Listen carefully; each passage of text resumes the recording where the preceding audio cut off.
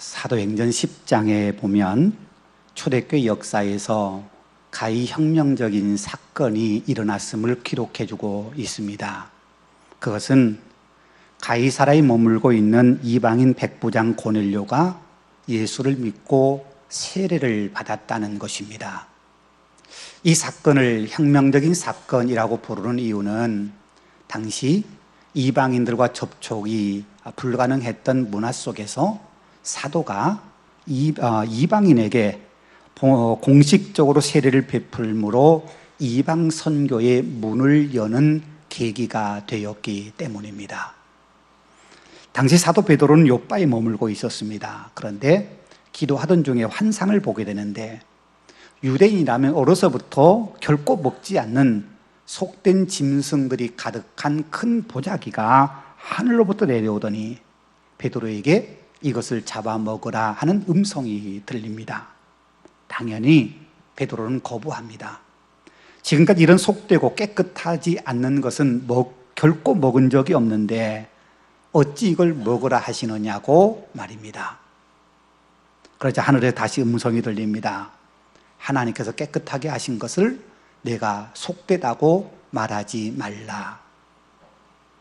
그런 환상을 3번이나 반복해 보던 중에 로마 군대의 백부장인 고넬료가 보낸 사람들이 베드로를 찾아옵니다.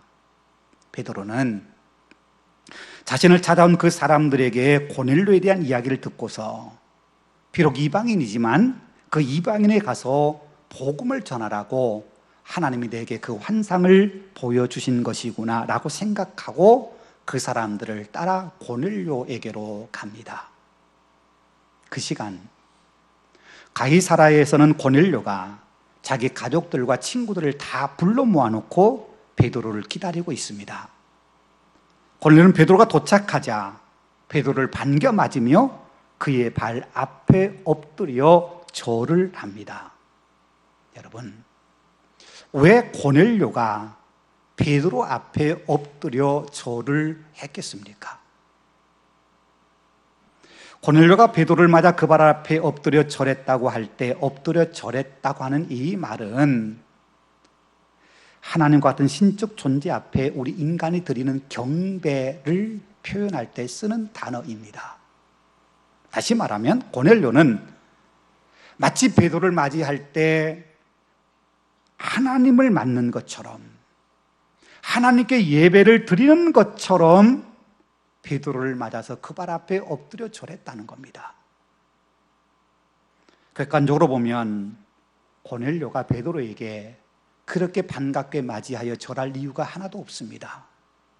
고넬료는 로마 군대의 백부장입니다. 당시 이스라엘은 로마의 지배를 받고 있었기 때문에 피지배국인 사람에게 지배국의 관리가 그렇게 절할 이유가 없습니다. 반면 베드로는 사회적으로 그 어떤 지위나 내세울 만한 것이 아무것도 없는 사람입니다. 그는 가난한 갈릴리 어부 출신입니다. 배운 것도 없습니다. 사회적인 어떤 지위를 가진 것도 아닙니다.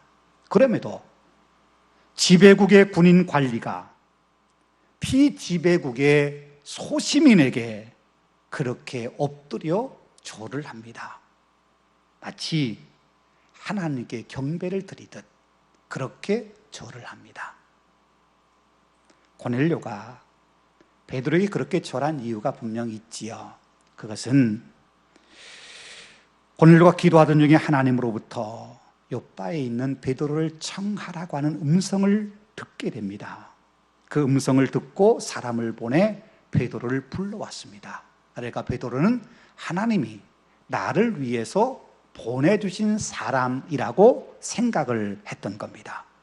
그래서 객관적으로 생각해 보면 결코 절할 필요도 없고 이유도 없는데 하나님께서 보내주신 사람이라는 것 때문에 마치 하나님을 맞이하는 것처럼 고넬료는 베드로에게 엎드려 절을 하며 그를 맞아들인 겁니다. 고넬료로부터 그렇게 경배를 받듯 절을 받은 베드로는 급히 고넬료를 일으켜 세우며 이렇게 말합니다. 일어나십시오. 나도 사람일 뿐입니다. 나도 사람일 뿐입니다. 여러분, 우리가 어딘가에 가서 누군가로부터 그런 황송한 정도로 대우를 받는다면 기분이 좋지 않겠습니까? 더구나 나보다 더 영향력이 있고 나보다 더 지위가 높은 사람이 나를 그렇게 극진하게 대우해 준다면 얼마나 기분이 좋겠습니까? 근데 베드로는 고넬료에게 인간적으로 최고의 대우를 받았을 뿐만 아니라 마치 신적인 존재인 것처럼 추앙을 받습니다. 그럼에도 베드로는 그것에 도취되지 않고 나는 다만 인간일 뿐이라고 분명하게 말하면서 자신은 그런 대우를 받을 만한 사람이 아니라고 말합니다. 초대교회 역사상 최초로 공식적인 세례식은 그렇게 철저히 자신을 사람일 뿐이라고 고백한 베드로를 통해서 이루어졌다는 것입니다. 진실한 신앙인의 특징은 하나님 앞에서 자신이 서 있어야 될 위치를 바르게 깨닫고 안다는 겁니다. 누군가 나를 지극히 대우한다 할지라도 거기에 도취되지 않고 자기가 서 있어야 할 자리가 어디인지를 바르게 깨닫고 그 자리에 서 있는 사람이 신앙인입니다. 사도 바울 역시요, 제1차 선교 여행 때 루스드라에서 그런 일이 있었습니다. 루스드라에서 발을 전혀 쓰지 못하는 장애인을 사도 바울이 고쳐줍니다. 태어나면서도 한 번도 걸어본 적이 없는 사람을 고쳐 걷게 해준 겁니다. 그러자 그곳에 있는 사람들이 함께 갔던 바나바를 제우스 신이라고 그러고 그 병자를 고쳐주었던 사도 바울에게는 헤르메스 신이 우리에게 강림했다고 칭송하면서 그들에게 제사를 드리려고 합니다. 신이 우리 가운데 나타나셨다고 말입니다. 그때 바울과 바나바는 자기들의 옷을 찢으며 이게 무슨 일이냐고, 우리도 당신들과 똑같은 성정을 가진 사람일 뿐이라고 이야기하면서 극구 제사하는 것을 말립니다. 만일 그때 바나바나 사도 바울이 자기들의 인기에 도취되어서 그들의 제사를 받으면서 어깨를 우쭐거렸다면 더 이상 사도 바울도 바나바도 존재하지 않았을 겁니다. 그런데 그들은 자기들에게 제사를 드리려는 유스드로 사람들에게 우리는 당신들과 똑같은 사람일 뿐이라고 분명하게 말합니다. 태어나면서 한 번도 걸어본 적이 없는 이 사람을 고친 분은 하나님이시고 우리는 아무것도 아니라는 겁니다. 당신들과 똑같은 사람이기에 우리가 추앙받아서도 안 될 뿐만 아니라 칭찬조차도 우리의 몫이 아니라는 겁니다.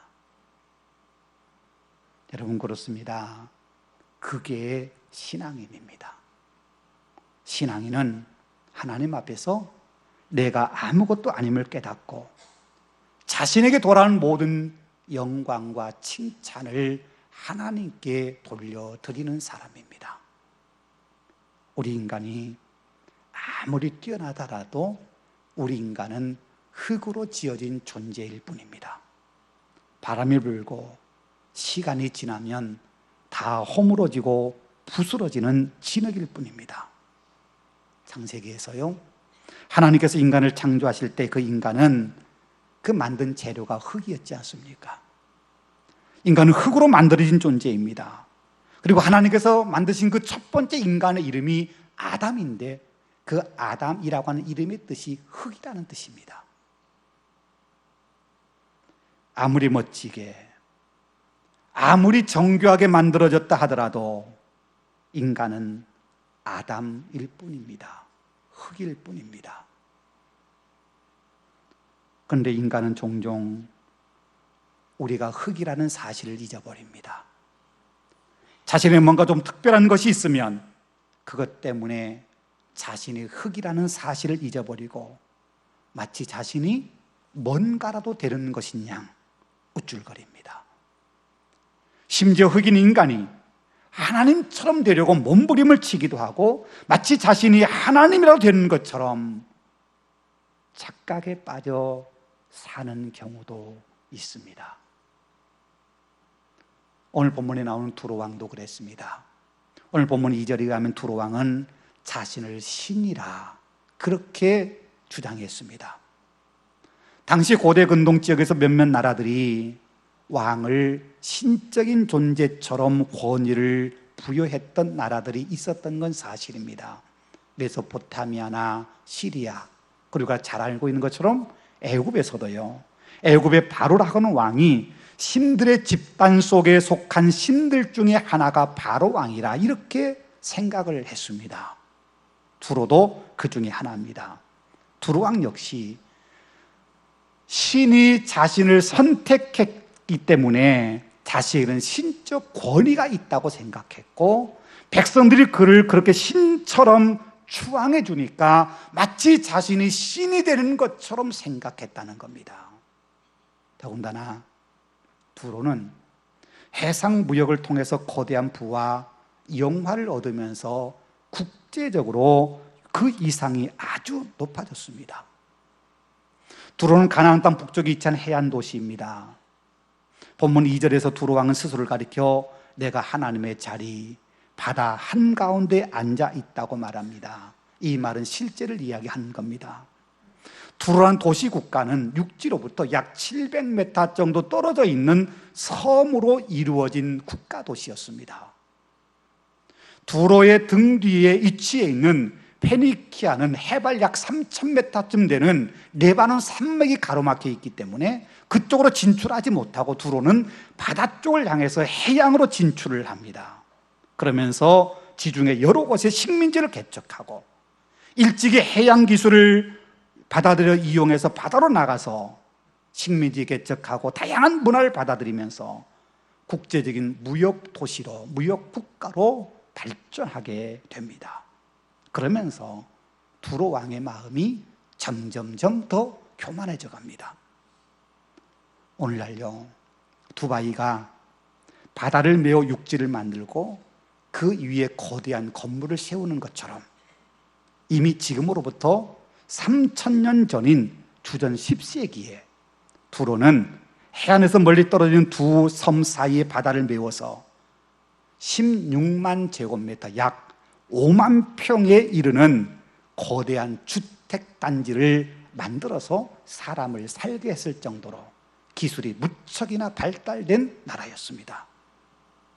그렇게 분명히 발달하고 해상무역이 발달한 두로는 어느 누구도 그를 건드릴 수 없었고, 그래서 두로 왕은 점점 마음이 교만해져서 자신을 신이라고 추앙했습니다. 여러분요, 당시 두로 왕은 그 권위가 대단했습니다. 신으로부터 선택받은 왕이라는 주장으로 백성들에게 신적 권위를 인정받았고 해상무역을 통해 지중해 주변의 많은 나라들로부터 부러움과 두려움의 대상이 되기도 했습니다. 어느 누구도 쉽게 두로를 넘보지 못할 정도로 막강한 힘을 가진 존재였습니다. 그래서 스스로 신이라고 자부하면서 교만에 빠지고 말았습니다.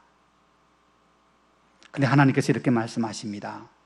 내 마음이 하나님의 마음 같은 채 할지라도, 내 마음이 하나님의 마음 같은 채 할지라도 너는 신이 아니요 사람이거늘. 너는 신이 아니요, 너는 사람이요 신이 아니거늘. 신이 아니다, 너는 사람일 뿐이다. 사람들이 뭐라고 그래도, 주변 나라에서 뭐라고 그래도 사람은 사람일 뿐이라는 겁니다. 여러분, 그렇습니다. 아무리 위대한 사람이라고 칭찬받는다 하더라도, 아무리 위대하고 뛰어난 업적을 남긴 사람이라 하더라도 사람은 사람일 뿐입니다. 사람이 사람이라는 사실을 망각한 순간 그의 모든 존재는 한없이 추락하고 맙니다. 사람이 사람이라는 사실을 망각한 순간 그의 사람됨의 가치는 유지될 수가 없는 겁니다. 사람의 사람됨의 가치를 유지하기 위해서는 사람이 자신의 자리를 바르게 찾아야 되고 그 자리에 바르게 서 있어야 합니다. 성경이 우리에게 가르쳐주는 것처럼 인간은 흙이라는 사실을 아는 순간 우리 인간이 스스로 겸손해지고 스스로 두려움을 갖게 됩니다. 그런데요, 그런 인간의 자리를 잊어버리고 두로왕처럼 자신의 자리가 하나님의 자리라고 착각하는 순간 그때부터 우리 인간은 교만해지고 교만한 자의 결국은 곧 멸망이 되고 맙니다. 두로왕은 남부를 것 없는 것처럼 보였습니다. 3절에 보면 두로왕은 지혜가 대단한 사람이었습니다. 세상 그 어떤 사람과 견줘도 뒤지지 않을 지혜를 가졌다고 생각했습니다. 그래서 4절과 5절 말씀처럼 그 지혜를 가지고 막대한 재물을 얻었고 금은보석을 곳간에 가득히 채워놓았습니다. 무역을 잘해서 엄청난 재물을 얻었습니다. 그래서 두로왕은 점점 더 교만해졌습니다. 나같이 돈 잘 버는 사람이 있으면 나와보라고, 나같이 무역 잘하는 사람이 있으면 나와보라고 호기를 부릴 정도로 그의 마음이 교만해졌습니다. 자기의 그 어떤 존재도 없는 것처럼 자신을 높이며 교만해졌습니다. 그렇게 스스로를 하나님처럼 여긴 결과가 어떻게 되는지 아십니까? 7절 이하의 말씀에서 하나님께는 두로에 대한 심판을 예언하십니다. 하나님께서 여러 이방의 나라에 강포한 자들을 거느리고 와서 두로를 치실 겁니다. 지혜를 자랑하고 부귀영화를 자랑했던 두로의 목을 꺾으실 것입니다. 그 이방인의 손에 두로는 비참하게 죽임을 당하고 멸망을 당하고 말 겁니다. 그리고 실제로 그렇게 되었습니다. 주전 332년 2월 알렉산더 대왕이 이끄는 마케도니아 군대가 지중해 연안을 따라서 이집트로 내려가고 있었습니다. 그때 알렉산더를 대항해서 페르시아 군대가 페니키아 섬나라 두로에 해군력을 집중시켰습니다. 말씀드린 것처럼 두로는요, 해변에서 약 700m 정도 떨어져 있는 섬나라였고 육중한 성벽으로 둘러싸여 있었기 때문에 난공불락처럼 여겨지고 있었습니다. 그러나 더군다나 당시 알렉산더 군대는 그의 군대 속에 해군이 없었습니다. 그럼에도 알렉산더 대왕은 육지로부터 섬나라 두로까지 폭 60m에 달하는 공격로를 만들었고 두로 해군의 집요한 방해에도 6개월 만에 난공사를 마치고 두로를 침공하여 두로를 파멸시키고 맙니다. 하나님께서 심판을 말씀하신 그대로 이루어졌습니다. 여러분, 우리가 아무리 높은 곳에 오른다 하더라도 하나님 앞에 그 높이는 아무것도 아닙니다. 우리가 아무리 많은 걸 가지고 있다 하더라도 하나님 앞에 그것은 결코 많은 것이 아닙니다. 우리가 아무리 뛰어난다 하더라도 하나님 앞에 그것은 보잘것없는 것일 뿐입니다. 우리가 아무리 지혜롭다 하더라도 하나님의 어리석음보다 결코 지혜로울 수 없습니다. 오늘 본문 2절에 하나님께서는 에스겔 선지자에게 두로 왕에게 하나님 말씀을 선포하라고 말씀하십니다. 일반적으로 구약 성경에서 왕을 가리킬 때 쓰는 말이 멜레크라고 하는 단어입니다. 그런데 오늘 본문에서 두로 왕을 가리킬 때는 멜레크라고 하는 말을 쓰지 않고 대신에 나기드라고 하는 말을 씁니다. 이 나기드라고 하는 말은 한 집단의 우두머리나 족장을 가리킬 때 사용되는 단어입니다. 분명 두로 왕은 왕입니다. 멜레크입니다. 그럼에도 성경에서 하나님께서는 그 왕을 왕으로 취급하지 않습니다. 그저 한 무리의 우두머리, 정도로밖에 생각하지 않으신다는 겁니다. 두루왕은요, 자신을 왕, 멜렉을 뛰어넘어서 스스로 신이라고 주장하고 생각했지만 하나님께서는 너는 왕, 멜렉도 못돼 라고 말씀하신 겁니다. 왜 그럴까요? 하나님께서는 교만한 자를 낮추시기 때문입니다. 교만하여 자기 스스로 높아지려 한다고 해서 우리 인간이 높이 올라갈 수 있는 것 아닙니다. 높이 올라가려 할수록 하나님께서는 그를 꺾고 낮추시고 또 낮추실 겁니다. 여러분요, 우리가 아무리 많이 가졌다고 자랑한들 무슨 소용이 있습니까? 하나님께서 불어버리시면 빈털터리가 되고 말 것입니다. 스스로 아무리 지혜롭다고 자랑한들 그게 무슨 소용이겠습니까? 역사를 섭리하신 하나님께서 그 길을 틀어버리신다면 내가 가진 지혜로 아무리 멋진 계획을 세웠다 하더라도 그게 이루어질 수 있겠습니까? 다 틀어지고 말 겁니다. 하나님 앞에 우리는 작고 초라한 존재일 뿐입니다. 우리 인간은 제 아무리 날뛴다 하더라도 결코 하나님을 뛰어넘을 수 없는 존재입니다.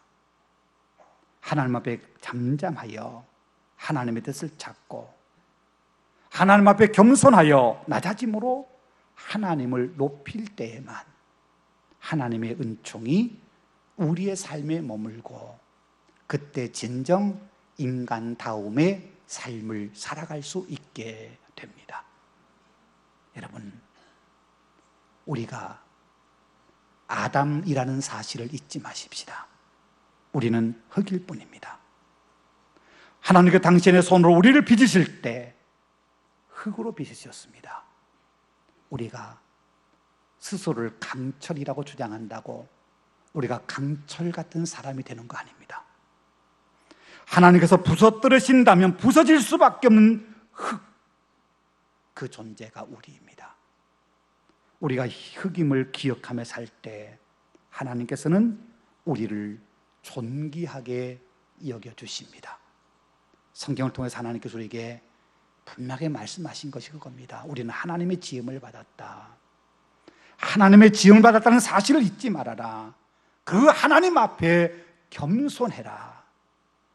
겸손한 자를 하나님은 높여주신다라고 말입니다. 우리 인간의 마음속에는 죄의 속성은 우리를 스스로 자꾸만 높아지게 하려는 것입니다. 자신이 남들보다 조금 더 가졌다고 우쭐거리게 만들고 남들보다 지혜롭다고 그걸 뽐내고 싶어하고 남들이 가지지 못한 걸 가졌다고 자랑하고 싶어하는 것이 우리 인간의 어리석은 생각입니다. 세상 사람은 그것을 자기 피할이라고 말할지 모릅니다. 그러나 하나님께서는 우리에게 하나님을 신뢰함으로 자기를 낮추라고 말씀하십니다. 그것이 하나님의 은혜 안에 머물 수 있는 방법이기 때문입니다. 여러분, 우리 마음이 이끄는 교만에 우리 스스로 속지 마십시다. 자랑하고 싶은 욕망, 나를 드러내고 싶은 거짓된 욕망, 그 모든 걸 내려놓으십시다.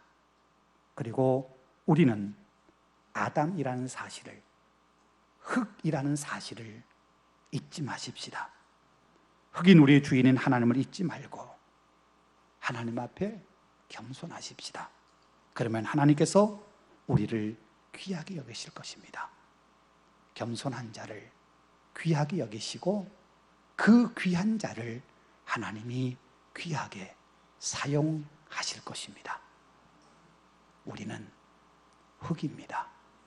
우리는 인간일 뿐입니다. 기도하겠습니다. 은혜가 풍성하신 아버지 하나님 감사합니다. 우리를 빚으시고 만드셨는데 우리의 근본이 흙임을 잊지 않게 하옵소서. 우리 인간의 죄악된 속성이 자꾸만 우리를 흙이 아니라 신으로 추앙한다 할지라도 내 마음속에 여러 가지 욕망들이 내 자신의 모습을 바로 보지 못하게 만드는 거짓에 휩싸여 산다 할지라도 우리에게 믿음을 주셨으니 믿음으로 우리 자신을 바로 보게 하시고 내가 서 있어야 할 자리가 어디인지 바르게 깨달아 그 자리에 서서 하나님께는 영광이 되게 하시고 내 주변에 있는 사람들에게는 하나님의 은혜를 나누는 통로로 쓰임받는 우리 모두가 되게 하여 주옵소서. 예수님 이름으로 기도하옵나이다. 아멘.